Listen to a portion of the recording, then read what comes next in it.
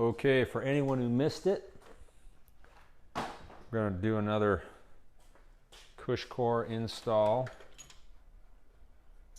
Basically tire change with a Cushcore in. So you can see what is involved in that. I still have heard about some people having trouble installing Cushcore, and it perplexes me because the way that I have been doing it, I've just not had much difficulty. So we'll run through it again, see if maybe I can give some people some insight who may have missed it in the past. As you can tell, I'm not in a hurry. It's freaking hot as balls here in my garage. I'm here in Phoenix. It's quite warm.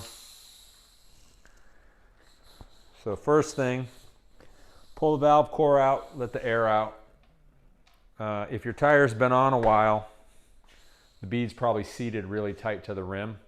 On these carbon I9 wheels, the beads sit in there really tight. So what you want to do is kind of push the tire down on the side of the Cushcore so you can get your fingers under it and pull back on the thing and try to get the tire to pop off of the bead. There you go, just like that. Once you crack it, it should all come off pretty easy. So go around it, pull the bead off, all the way around to get back to the valve stem. And this is the one spot where I'll use a tire lever to get the tire off. Never push too deep into the tape.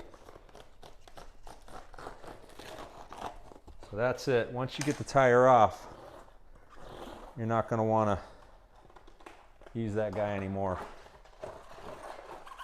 So there you go, Cushcore out. Nice and slimy. Keep some rags handy to clean yourself up in this case. So let's pop that guy off.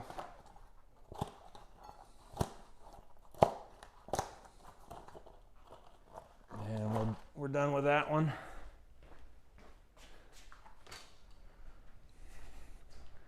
So I like to, at this point in time, give the rim a wipe.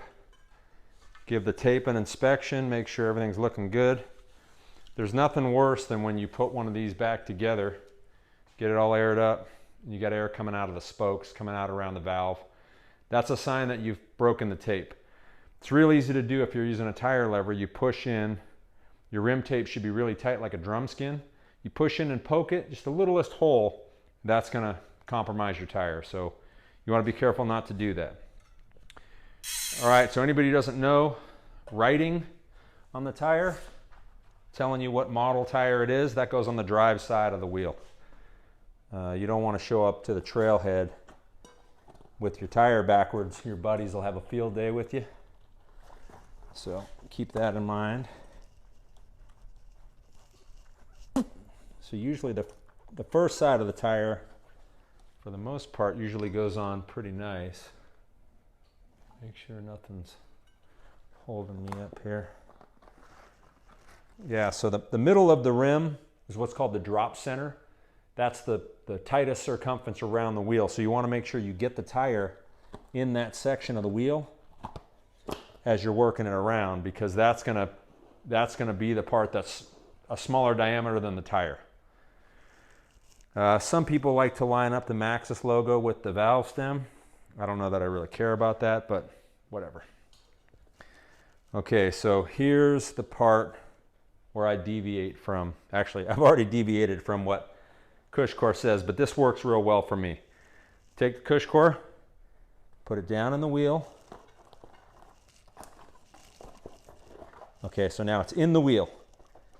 What you want to do is get the top of it in where the valve stem is, and then put your stomach over it to hold it in place.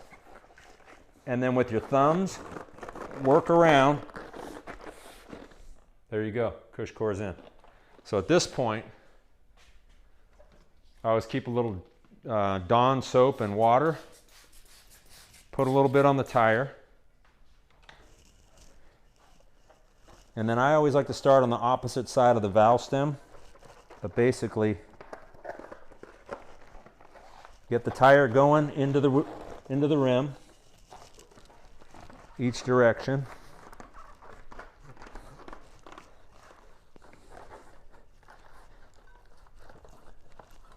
Go as far as you can get it, and then what'll happen is it'll usually get tight. So what you do is you come back to the top, stick your thumb in, push the tire down into the drop center, both directions. Push it down like that, and then you can work it around a little bit more. If it seems tight, do it again. And when you get it to the point where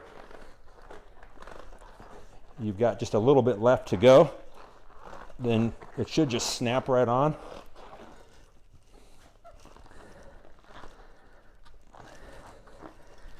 Yeah, we're close, but I need a little bit more. There we go. Yeah, always just keep checking it.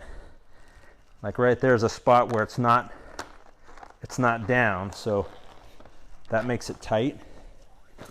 So there you go, you get that in. Boom. How you can tell if you can't get the last bit to go on, that means somewhere around the wheel the tire is not in the drop center. So find that spot, push it in, pop it down like that, and you're good to go. One thing I forgot to mention is if you're going to put sealant back in, which you likely will, if you have an injector, you can just inject it through the valve stem. But what I will typically do is I'll open it up. Actually, before I close the wheel all the way, I'll leave it a little bit open. I'll grab my stand sealant, pull that open a little, pour a couple of ounces in there, and then close her up.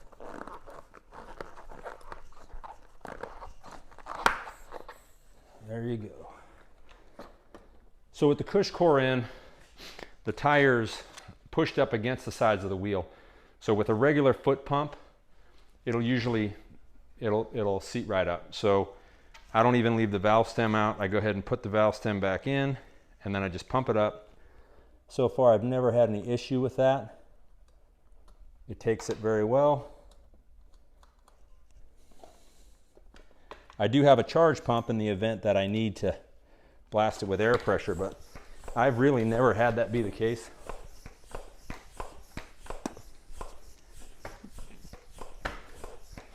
So in the rear, I'll run 25 pounds when I'm riding, but anytime I throw new tires on, I'll usually go up over 30, 35 pounds, just let it seat, kind of stretch the casing out a little bit.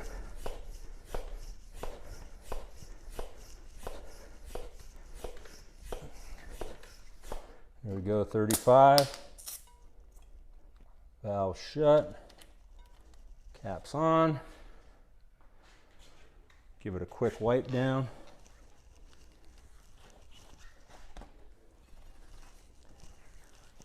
Looks good. And then what I like to do is give it a shake, quarter turn shake, quarter turn shake, quarter turn shake, quarter turn shake. Now you've spread the sealant around. Shouldn't have any problems now.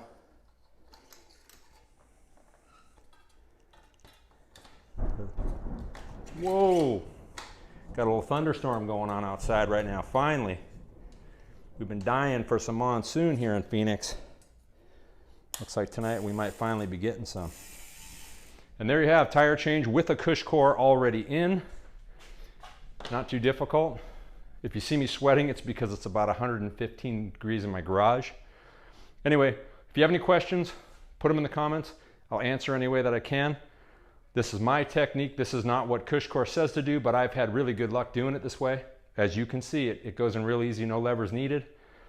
And get on your bike, ride some trails. If you don't have Cushcore already, jump online and order those suckers, because it'll change your mind about flat protection. These things add so much performance and handling benefit. You're kind of cheating yourself if you don't have them. Anyway, I'm Rob Drew, over and out.